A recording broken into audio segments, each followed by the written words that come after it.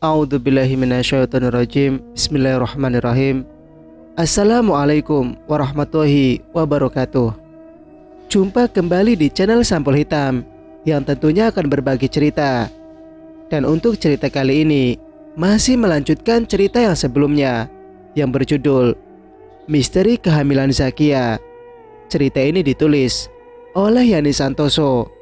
Dan bagi teman-teman yang ingin membacanya secara langsung, teman-teman bisa langsung kunjungi link yang saya sudah siapkan, ada di deskripsi.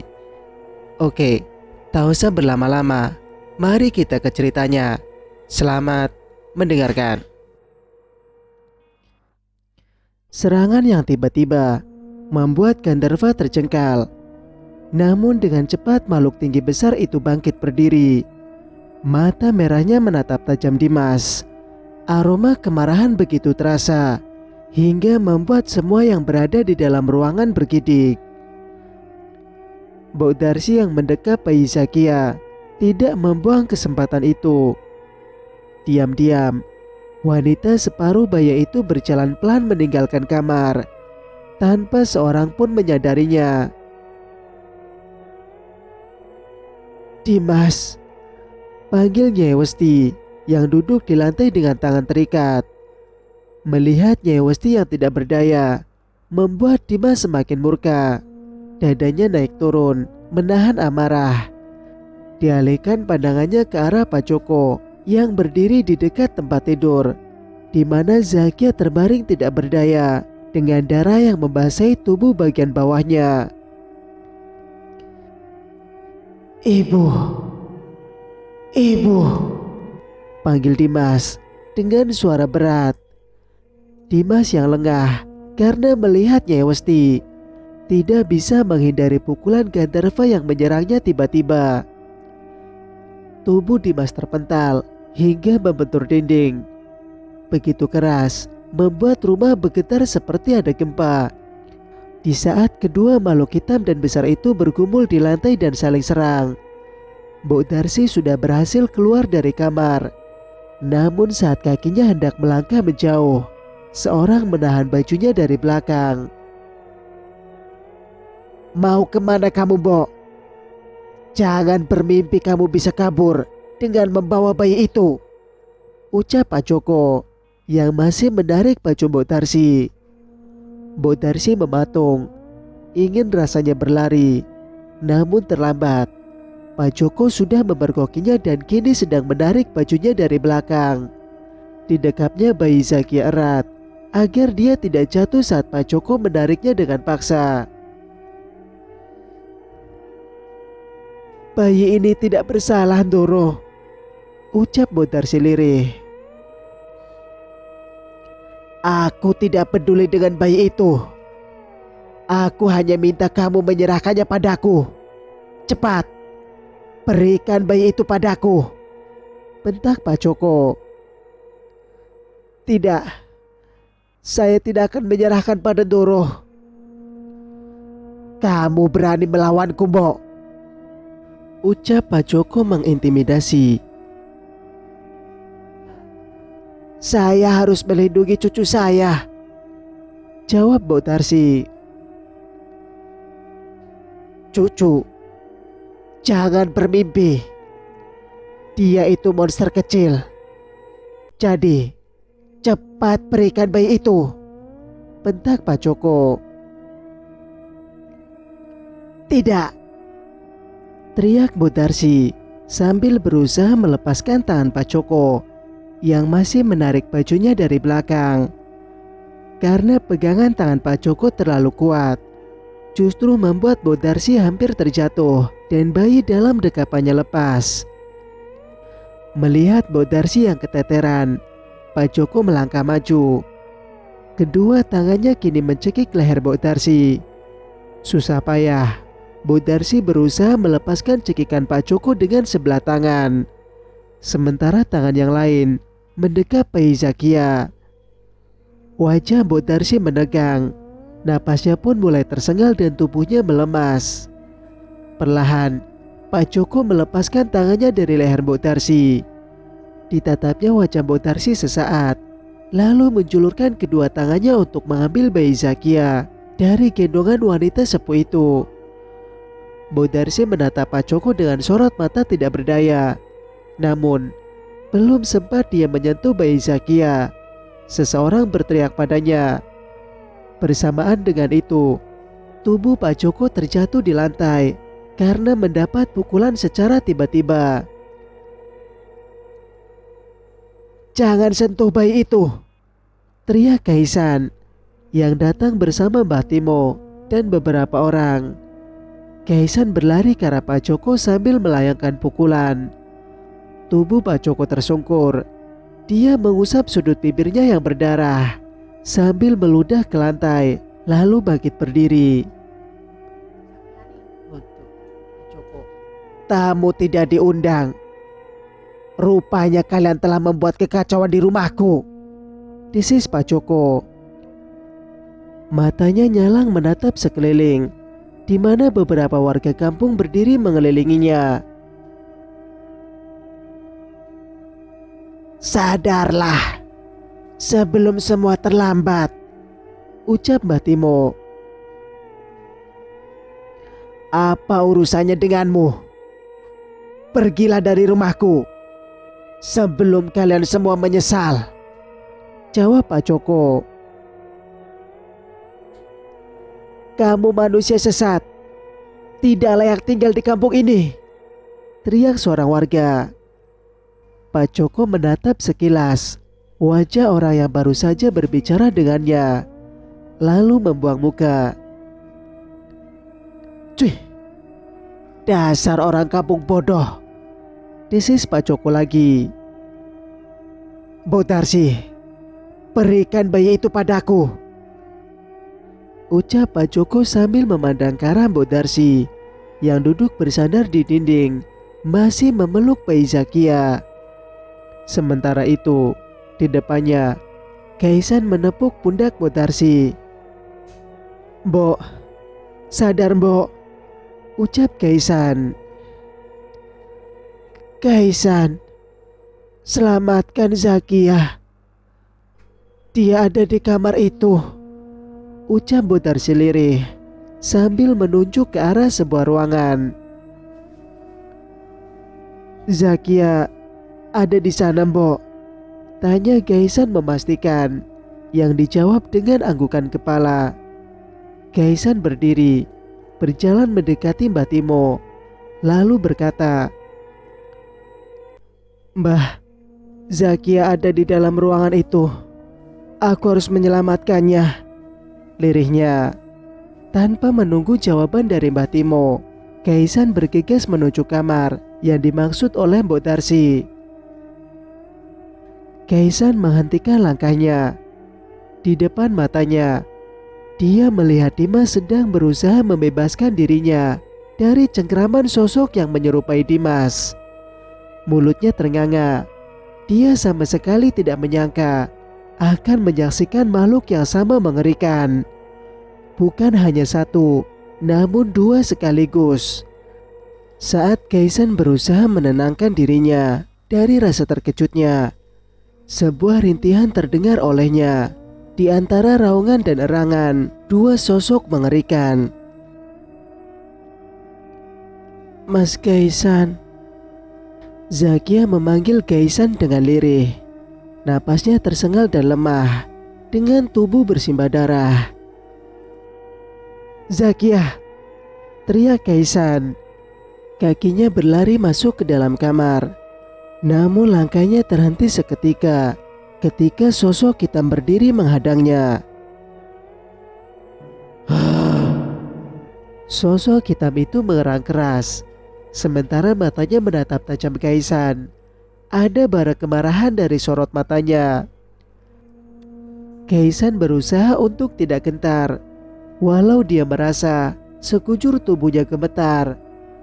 Dia tahu persis yang berdiri di depannya saat ini bukanlah Dimas, dan dia lebih mengerikan. Perlahan Kaisan mundur. Dengan bibir gemetar, dia berkata, "Menjauhlah dariku. Aku tidak punya urusan denganmu." Akan tetapi, makhluk itu tetap mendekat ke arah Kaisan. Perlahan, dia mengangkat tangannya dengan mulut yang terbuka, sehingga taringnya terlihat jelas. "Hentikan! Cukup sudah kamu berbuat kejahatan." Gandharva menghentikan langkahnya, memutar pelan tubuhnya, dan melihat ke arah Nyai Westi yang sejak tadi duduk menyandar di sudut kamar. "Kamu makhluk jahat! Pergilah!" Kembali Nyai Westi berteriak. Gandharva menyeringai, seolah mencibir ucapan Nyai Westi. Dia membungkuk dan menyentuh wajah Nyai Westi dengan ujung jarinya yang berkuku tajam. Lalu, detik berikutnya, darah segar mengucur dari wajah Nyai Westi. Tidak ada jerit kesakitan keluar dari mulut wanita parubaya itu. Namun ada kilatan amarah dari sorot matanya. Hal itu membuat Gandharva semakin marah. Lalu kembali mengangkat tangannya. Sebuah kursi melayang dan menghantam tubuh Gandharva. Kaisan beringsut mendekati Zakia untuk membawanya keluar dari kamar. "Bawa Zakia keluar dari sini," ucap Nyai Westi dengan suara lemah. Kaisan membopong tubuh Zakia. Tidak dihiraukannya kedua makhluk yang masih saling serang. Dalam pikirannya, bagaimana agar bisa menyelamatkan Zakia? Kaisan berlari keluar kamar, menyusuri lorong yang ada di rumah Pak Joko. Dilihatnya, warga kampung yang datang bersamanya. Semua ada di depan rumah Pak Joko. Sementara itu, Pak Joko tertunduk di atas tanah dengan tangan terikat. "Mbah, tolong Zakia. Dia terluka," ucap Kaisan panik. "Dia harus segera dibawa ke rumah sakit. Sepertinya dia mengalami pendarahan," ucap ketua kampung. "Bagaimana ini, Ki?" Kembali Kaisan berkata dengan suara parau. "Di belakang rumah ini ada andong dan kudanya. Pakailah itu untuk membawa Zakia ke kota," ujar Mbok Darsi menimpali. Semua mata menatap Mbok Darsi. Hampir saja mereka lupa ada Mbok Darsi di antara mereka. "Apa yang kalian tunggu? Cepat ambil," perintah ketua kampung. Marwan dan beberapa orang berlari ke belakang rumah Pak Joko untuk mengambil andong yang dimaksud. Sementara itu, Pak Joko yang duduk dengan tangan terikat berkata, "Kalian tidak akan berhasil keluar hidup-hidup dari rumah ini. Aku yang akan memastikan orang-orang ini akan kembali ke rumahnya dengan selamat," tegas Mbah Timo menjawab. Pak Joko menyeringai, seolah menertawakan ucapan Mbah Timo. "Bakar rumah ini," ucap seorang warga. "Bakar!" teriak yang lain. Dan tanpa dikomando, warga mulai melemparkan obor mereka ke rumah Pak Joko. "Tunggu, Doro Putri masih ada di sana," ucap Mbok Darsi. "Kalian harus menyelamatkannya. Dia orang baik," pinta Mbok Darsi. Sementara itu, api mulai berkobar, membakar bagian depan rumah Pak Joko. Warga saling pandang. Mereka merasa senang dan lega. Akhirnya rumah Pak Joko terbakar. Namun, mereka juga merasa iba jika Nyai Westi harus ikut terbakar di dalam sana. "Biar aku yang menolongnya," ucap Mbah Timo.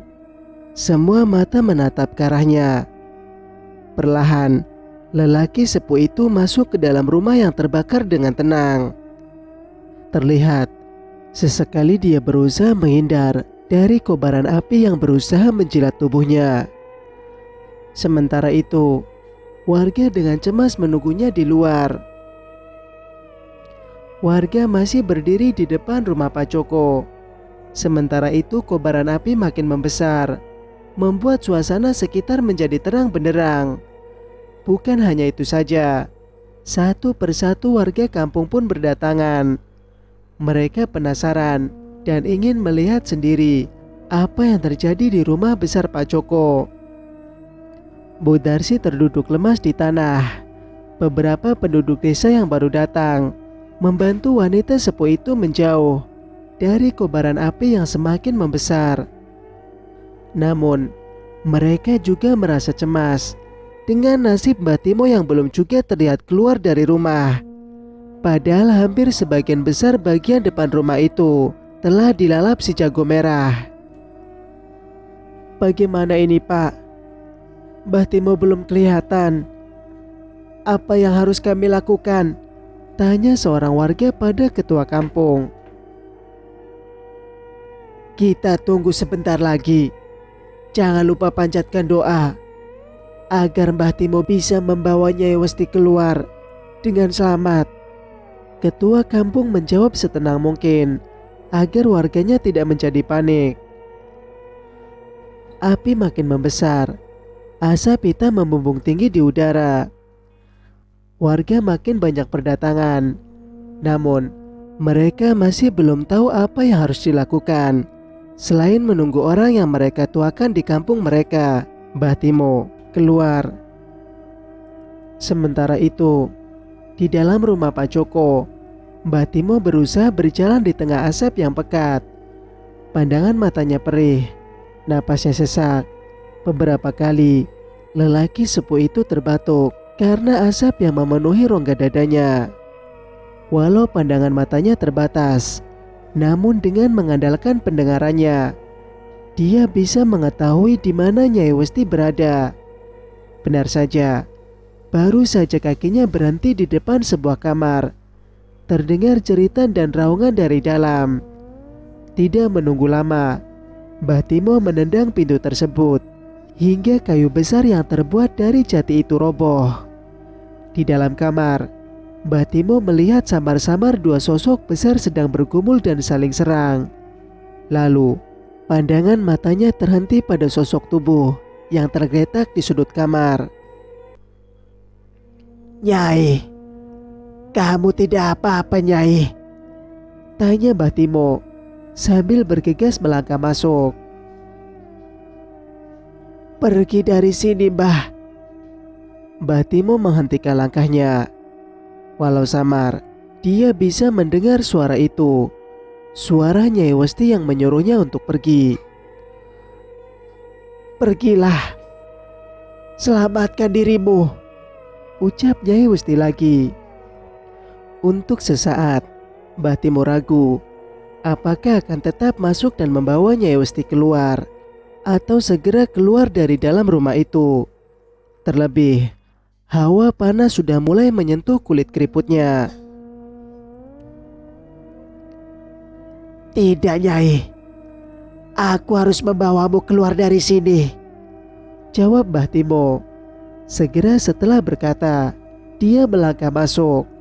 Namun lagi-lagi langkahnya terhenti karena tiba-tiba saja salah satu pilar penjaga jatuh.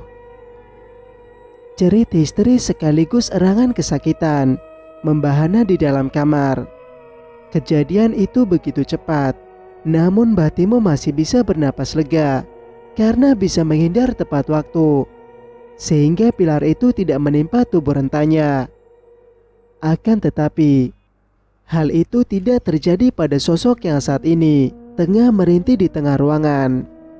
Sosok hitam besar itu berusaha menyelamatkan tubuh Nyai Westi dengan mengorbankan dirinya. Dimas, pekik Nyai Westi. Di depannya, merengkuk Dimas dengan pilar besar, menindih sebagian tubuh dan tangannya.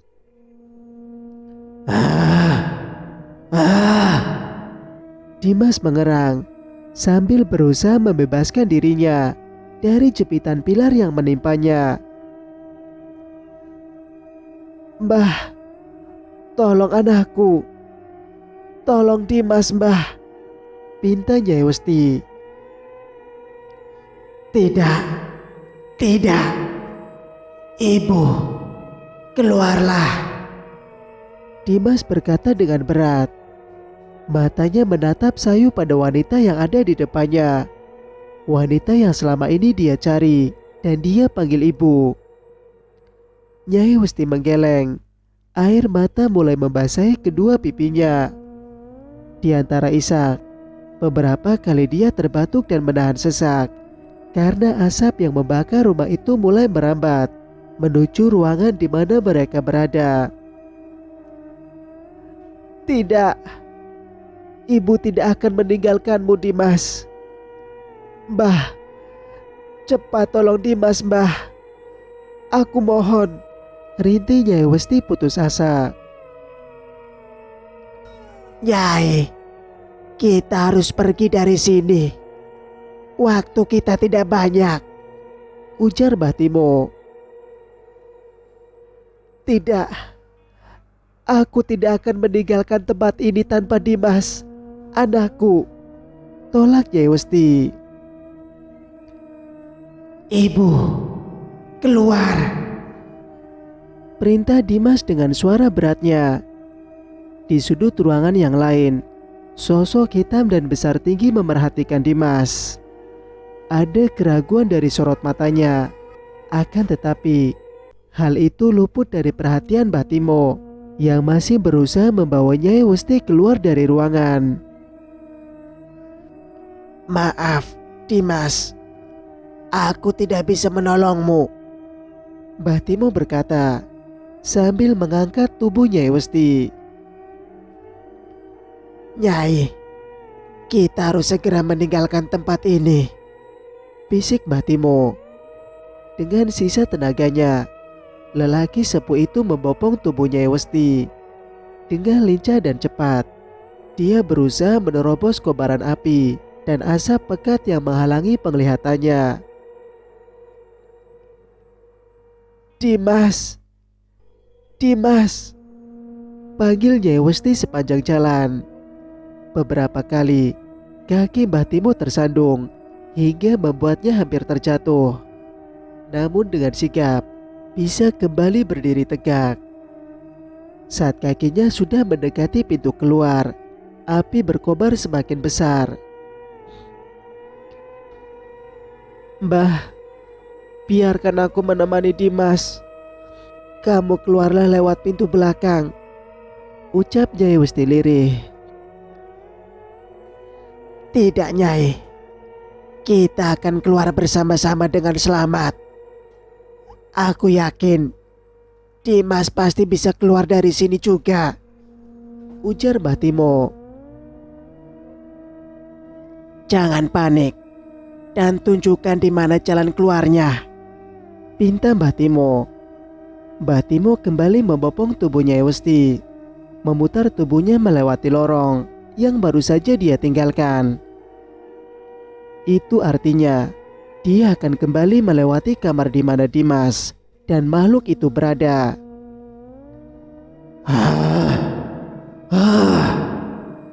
Suara raungan bersautan ketika Mbah Timo melewati kamar tersebut. Mbah Timo mempercepat langkahnya, namun Nyai Westi mendadak histeris dan kembali memanggil Dimas. "Dimas, Dimas, ini ibu, nak." Mbah Timo tidak menghiraukan teriakan Nyai Westi dan bergegas menuju pintu belakang dengan sisa tenaganya. Tepat ketika Mbah Timo tiba di halaman belakang, terdengar suara gemuruh. Bagian atap dan sebagian pilar penjaga rumah Pak Joko ambruk. Di antara gemuruh, terdengar teriakan histeris warga kampung yang memanggil nama Mbah Timo. "Lihat, itu dia di sana!" teriak seorang warga sambil menunjuk ke arah belakang. "Cepat tolong mereka!" perintah ketua kampung. Begitu mengetahui kalau yang dimaksud oleh warganya tersebut adalah Mbah Timo. Mbah Timo terkulai di tanah, tidak sadarkan diri karena terlalu banyak menghirup asap. Begitu juga Nyai Westi. Wanita itu selain menderita luka yang cukup serius, tubuhnya juga mengalami luka bakar. Ayo, kita bawa mereka menjauh dari sini. Beri pertolongan sementara sebelum kita membawa mereka ke rumah sakit, perintah ketua kampung. Warga kampung mengikuti perintah tersebut. Mereka menjauh dari rumah Pak Joko yang semakin lama semakin habis dilalap si jago merah. Mereka menyaksikan rumah besar tersebut habis terbakar dan hanya menyisakan kepulan asap serta puing-puing reruntuhan. Hingga fajar menyingsing, warga masih berkumpul tidak jauh dari rumah Pak Joko yang kini menjadi reruntuhan dan arang. Di antara mereka, seorang pria parubaya duduk bersimpuh. Matanya menatap lurus ke arah bekas rumah Pak Joko. Tatapannya kosong. Akan tetapi, tiba-tiba pria parubaya itu tertawa terbahak-bahak. Namun seketika dia menjadi histeris dan berteriak, Westi, lihat rumah kita. Ini semua salahmu. Salahmu. Andai kamu menuruti kata-kataku untuk menghabisi bayi genderuwo itu, pasti kita masih kaya. Warga yang berada di sana menatap ke arah pria tersebut. Westi, ayo ikut denganku. Kita bangun kembali rumah kita. Ocehnya lagi.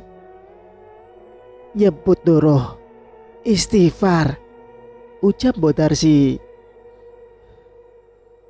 Mbok, panggil istriku ke sini. Aku akan menghukumnya. Teriaknya lagi. Istighfar Doro. Mbok Darsi mengucap istighfar berkali-kali sambil mengusap punggung lelaki itu. Bagaimanapun juga, separuh hidupnya dia habiskan untuk melayaninya, menjadi abdi di keluarga besarnya. Mbok Darsi tahu, pasti kejadian malam tadi tidak mudah diterima oleh akal sehatnya. Dan Mbok Darsi juga yakin Pak Joko tidak akan sanggup untuk menghadapinya. Baru saja Mbok Darsi bermonolog dengan dirinya sendiri, Pak Joko kembali histeris. Bukan itu saja, dia juga tertawa terbahak-bahak di antara tangisnya. Melihat hal itu, beberapa warga menggeleng. Mari kita pulang dan bawa Mbah Timo dan Nyai Westi ke rumah sakit. Juga orang-orang yang terluka, titah ketua kampung. Mereka berjalan cepat meninggalkan rumah Pak Joko yang sudah menjadi puing-puing. Matahari perlahan merangkak naik, seolah menyapa warga kampung bahwa hari kelam telah lewat. Mbok Darsi memeluk erat bayi Zakia. Lirih dia berkata, kita akan menemui bapak dan ibumu setelah ini, nak. Cerita pun bersambung. Jika kalian suka dengan ceritanya, jangan lupa untuk like, komen, dan subscribe channel ini agar bisa mendengarkan cerita-cerita berikutnya. Wassalamualaikum warahmatullahi wabarakatuh.